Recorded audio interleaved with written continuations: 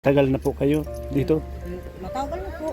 Kung sakali pong paalisin kayo dito, saan po ang... Ay, yun pa nga po ay, yung pang iisip namin kasi kami malipat. Kasi halos malapit na rin po itong bungkalin ano po. Yun po. Mauubos na eh. Palalim na ito ay. Wala po kayong... Hindi po kayo bibigyan dito ng titirikan nyo. Dito daw po sa may unang-unahan sa may kalamansi, dito dyan sa likod ng bahay namin. Ay yung ano po niyan, dito po sa unang-unahan din, bangin din yan. Delikado po sa bata yan. Matagpusan po, matagpulo na pati. Delikado pag nagtag-ulan ay Yung maliit-liit, yung yan ang libangan yan, umaga pa lang yan, dyan ay naka sa TV. Naroon sa ibang dura, bagsak ka, patong-patong siya. Kaya pa, sabi ko nga, may bitbigin na gambilad, kaya lang naman isos. Gabi na, nasa TV pa. yan po yung magkikinder. Ano po, 5 taon. Siyempre kailangan niya magamit na ngayon. Ano po, Nay? Pang kinder. Kami. Ilan po nag-aaral mo anak? Dalawa na lang po. Dalawa. Yung isa po ay yung ang magpapaaral daw din ay yung pinsan niya sa Cavite. And, Grade 7. ano nga pangalan mo ulit po, Nay? Birhin niya po. Berhinia. Yan. Ilan taong ka nun po? 45. Bata pa.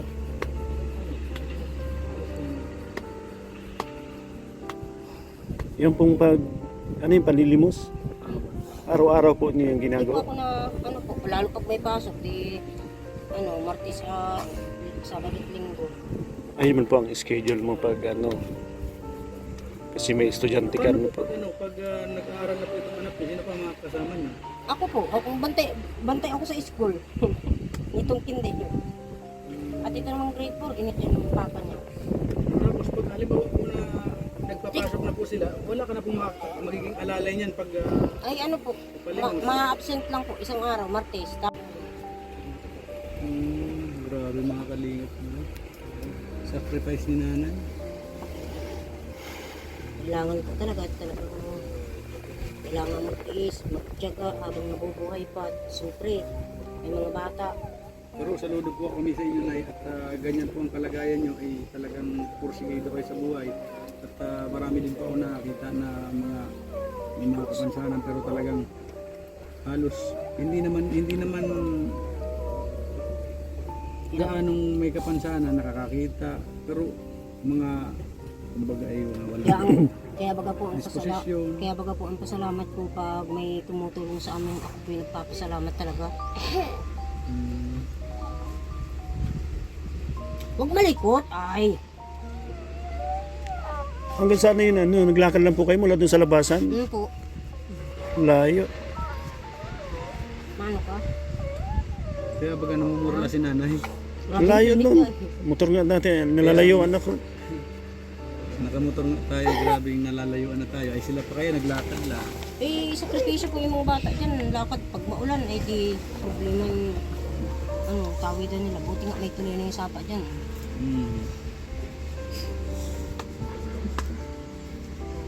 Ano naman magkasanggol? Ano ka? Hindi nga po dyan. May tao. Kaman po na isang araw. Hindi naman po pare-pares ang kita. Minsan minsan naman May araw pong medyo malakas. minsan naman ngayon tungan rin. Pamili na sa pamili na kasukat at kape. Ang ulaw. Tsagaan nyo mabuhay yung mga anak nyo po ano, sa ganyan lang na paraan. Nung naman po si Agam noon, hindi ko siya masaktin. Siya naman ang naghahanap buhay. Ngayon po dyan kumihina ng katawan niya. Tapos ako dito po Ilang taon na po ba si tatay? Ano na po yan? 58 na. Mas matanda po sa inyo ano. Talagang kayo na po ang nagkayod mula nung siya Hindi ano po mahina mahina na. na. Ilang taon na po kayo dyan sa ganyan ano? Matagal na po. Yung panganay ko ay ito na ang ano namin. Umpisa pa sa panganay. Ano na kayo mga anak nyo? May graduate na po kayo nga. Elementary lang po. Elementary. Yung pangatlo, date ko rin. Di na rin nag-eskwela. Pang araw-araw nyo te, ano naman ang ano nyo po pagsasalo-saluhan?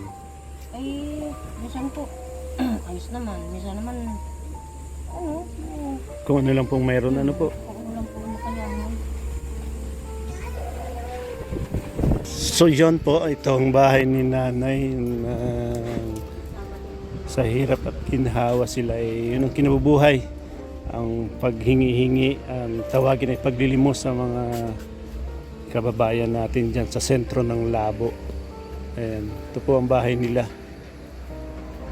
At may nag-aaral po siya, yung isa daw po ay magkikinder na. Ayan, siguro ito ang gagamitin na bag nilabahan.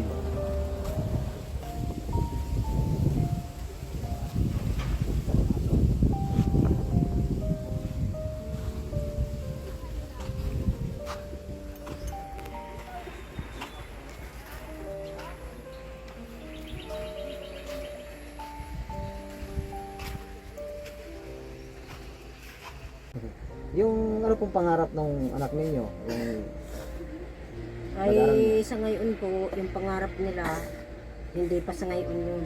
Kasi nga nasa elementary pa lang po sila. Malalaman po natin yan pag nag-high school na, nagka-college na.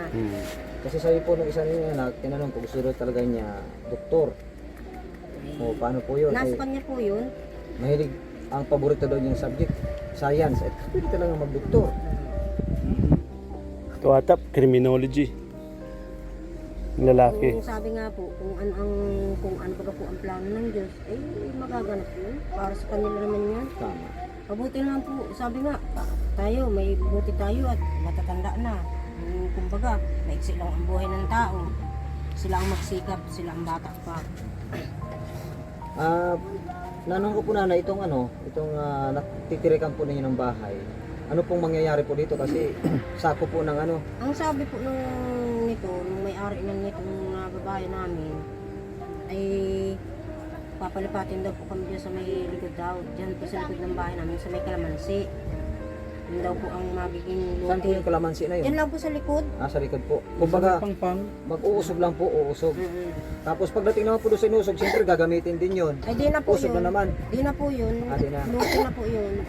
Sabi, ang problema dun po, bangin din baga po yung likod nun. Oo, Oo, pag nga po. nagtag-ulan po nanay, yun ang problema Guguho. nyo dyan. Guguho at Ay, guguho Landslide. yan. ang sabi po nila, ang lagyan daw yun ng mga, ano yung baga pong mga bato sa panabi, tapos i-recraft daw.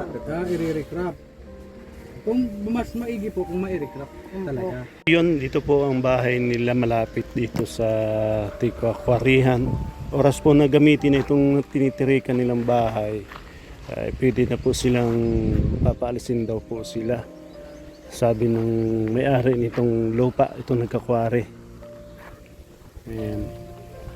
Kaya po isip sila panibagong titirikan ng bahay.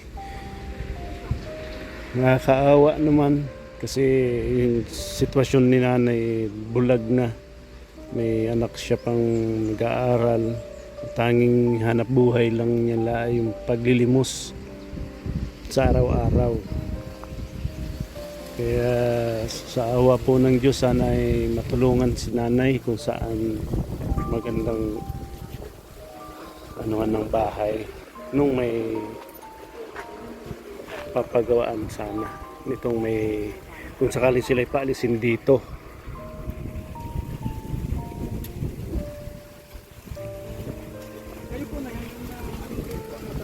Hindi nga po, kaya nga sa mga bata po, tabawi.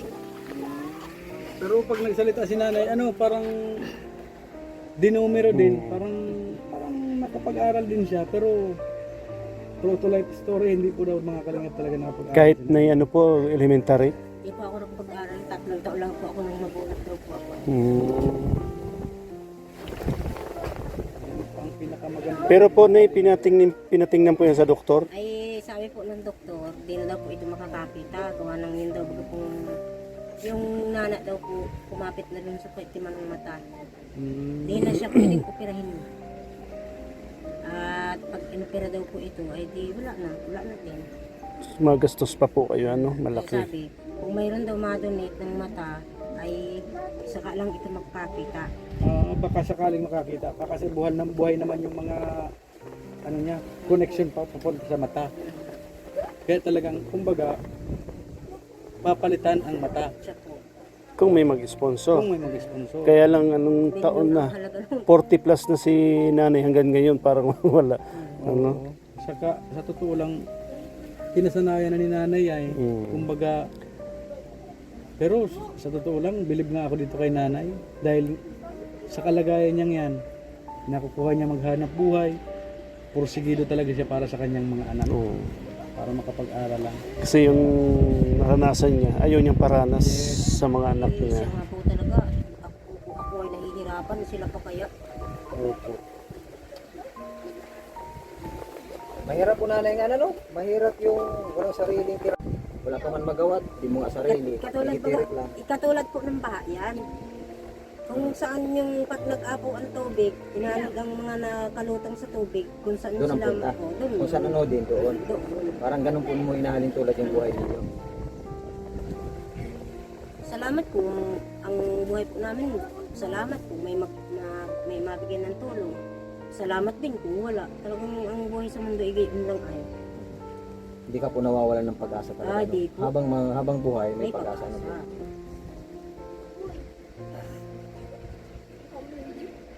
Takas ang determinasyon nito. Ay, ano po, ang sa akin naman po doon, ang mahalaga alam ko kung nasaan na. Hindi na ako mag-iisip ng, ay, nasaan na daw kaya Anyas Tuti at di na nauwi. Eh, ganito kayo ganyan. Eh, kaya ako po, panatag na ako. Sabi nga, nagpapasalamat nga ako sa Diyos at nakasama ko ng 18 hanggang 18 taon. Ay, sabi, Diyos naman ang bigyan ng buhay. Kaya Diyos din ang Sos, huwag ka munang umulan, kaibigan. Kami magbibiyahe pa. Musta naman ang pagsasama-sama mo kay mama mo? May ikaw yun mata niya sa araw-araw. Pagsasama mo sa bayan. Araw-araw mo sinasama si mama mo? Opo. Hanggang anong oras kayo sa sentro sa bayan? Alas 12 po. Anong oras kayo naalis dito? Bundang. Alas 7 po. Alas 11. Marami. Siya po kasi yun. Anong pangalan mo? Marami po. Ha? Marami po. Siya yung mata ni nanay sa araw-araw nilang nilakad. Hindi. Hindi na kasi na. Ito dito lang kayo nahiga. Opo. Yan ang susunod. Kung tag-ulan, paano ang hanap buhay ninyo? eh, talaga pong lalabas kahit maulan. Kahit po maulan, mula dito hanggang doon sa Hindi labasan. po bumaba dito pag umuulan naman. Dito po sa lugar namin, dito sa napisto namin, hindi naman. Ang problema lang yung mga tatawidan. Yung Yun po tulad ng bumaba. Kasi sapa. dyan po sa may sapa na yan. Baba po, gawa ng mababa na eh. Po. Hindi po kayo naalis na lang, hindi po kayo umaalis. Pag naintay po kami ng pagbabaw ng Tubig. tawidan. Sakripisyo po talaga yun. Kapiso po talaga. Eh nayo, pagpasensyahan nyo na po ito at inipon-ipon ko lang po ito sa tip ko sa barbershop. Salamat po. Lamang po na maibibigay ko sa inyo. Nanay ito rin po, dagdag mo na po ito. Dagdag mo na po ito dyan. Salamat At po. para meron po kayong pambiling bigas sa kaulan. Ano po? Salamat po. Thank you po, maraming salamat. Kaya nyo na ito, kami sinerte at may balik naman bagong ano tayo. Nanay, ano pong mensahe po ninyo? Salamat po sa mga na dating natulong sa amin. Tapos nagpapasalamat din po ako na kahit kami malayo ay nararating kami. Salamat. Yun ang pagpapasalamat ko po ay talagang walang katapusan. Sa kay Lord, ano po? Salamat. Salamat sa Diyos. At may lakas, Kagandahan kay nanay at talagang kilala niya ang Panginoon. may kalakasan na may mga taong malalakas ang loob na nakakarating dito sa amin. Ano ba anak ko?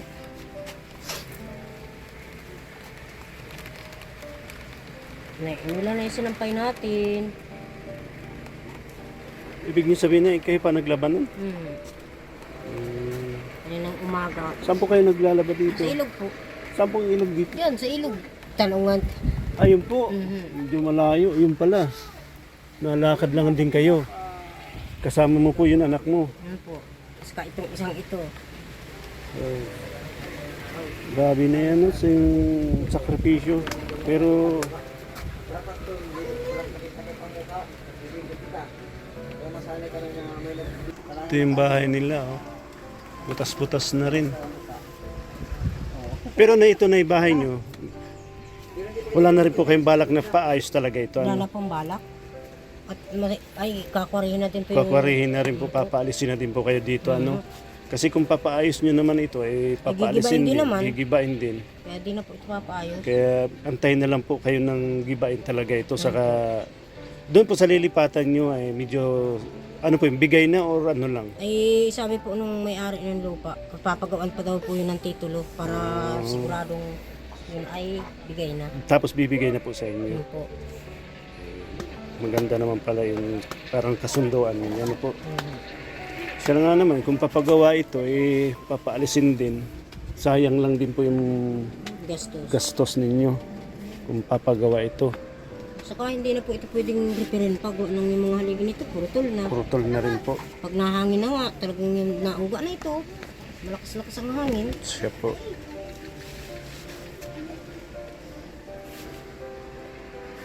Open pa naman ito. Ano po? Kaya pag medyo may bagyo, talagang nakakatakot din po dito. Ay, po, lakas ng hangin dito.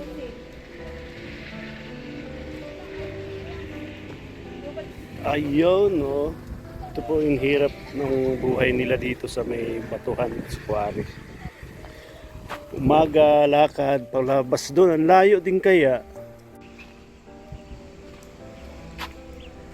Yan. Ito po yung bahay nila. At sabi ni ate, nanay, na hindi na daw nila ito pwedeng pa-repair kasi paalisin na rin daw po sila dito kasi yun nga nagkakwari.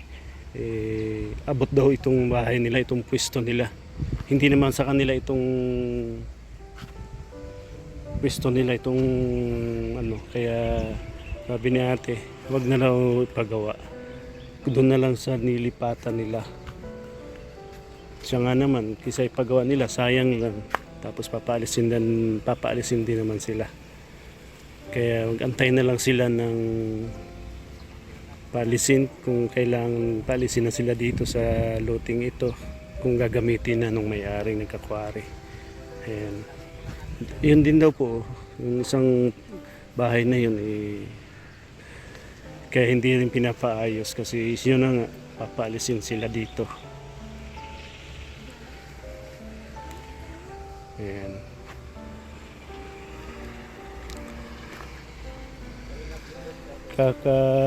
Ano rin po sa kanya kasi yung nilalakad talaga nila ang layo, wala dun sa labasan hanggang dito, talagang malayo po. Yun nga pagpasok namin dito, nakamotor kami, medyo malayo. Siya lugod pong medyo Kapansanan Bulag, nilalakad lang nila. Ayan, shout out po sa inyong lahat. Ayan. Kalinga, pa-support po ng aking YouTube channel. Ayan. Engineer Agol, syempre kasama ko si Kalingap Gilbert, Kalingap Topper. Syempre supportahan niyo rin po si Mr. J dun sa kanilang bayan. At syempre huwag kalimutan, suportahan ang Team Kalingap, ang founder ng Kalingap Kuya Bal Santos Matubang, Ate Edna Vlog at Kalingap Rob. Maraming salamat and God bless po sa inyong lahat. At Diyos mabalos. Bye bye. God bless.